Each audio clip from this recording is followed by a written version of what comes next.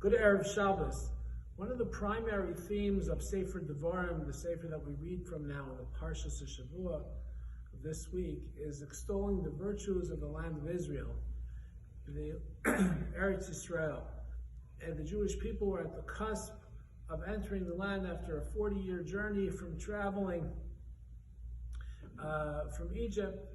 And Moshe is trying to go ahead and instill in them a passion and a love for a land that they have not yet seen. Not like today that you could just go and look at pictures or go online. He's trying to explain to them the virtues of the land of Israel. And he does it in an interesting way. In the end of the Parsha, he does it by compare and contrast style. He contrasts it to the land of Egypt, with the land that they were familiar with. The Torah says, Moshe says in the name of Hashem, the land which you are about to inherit, the land of Israel, it's not like the land of Egypt which you have just left. You just plant a seed there and everything grows. The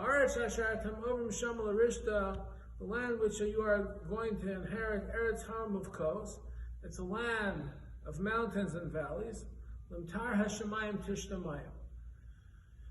rain of the heaven will go ahead and water the land.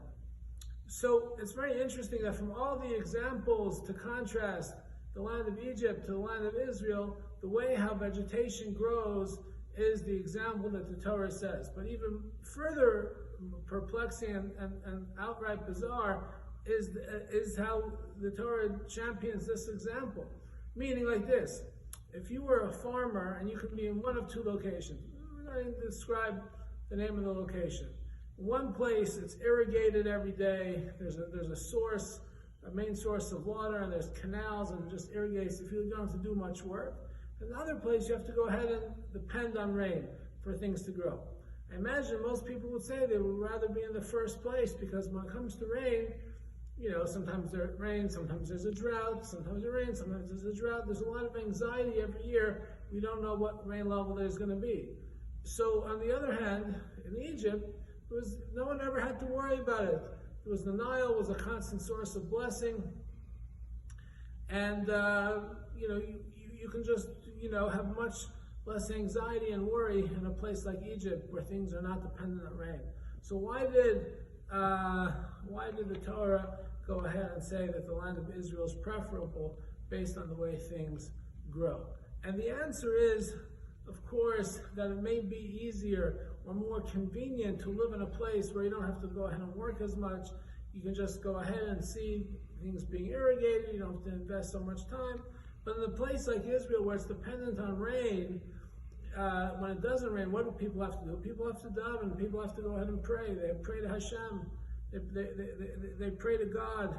And when they pray to God, they have a closer relationship to God. So that's exactly the message over here. The message over here is, yes, I could have placed you in a place where you have all the conveniences, all the easy way of life, none of the worries, none of the anxiety. But is that what's most meaningful? No, what's most meaningful is be in a place where you have a relationship with a Kadosh Baruch Hu, a relationship with God. And that's what you get by being in the land of Israel. And the idea is not just applicable to the land of Israel, but also other areas of life, in Jewish life, like davening, praying. What's the idea?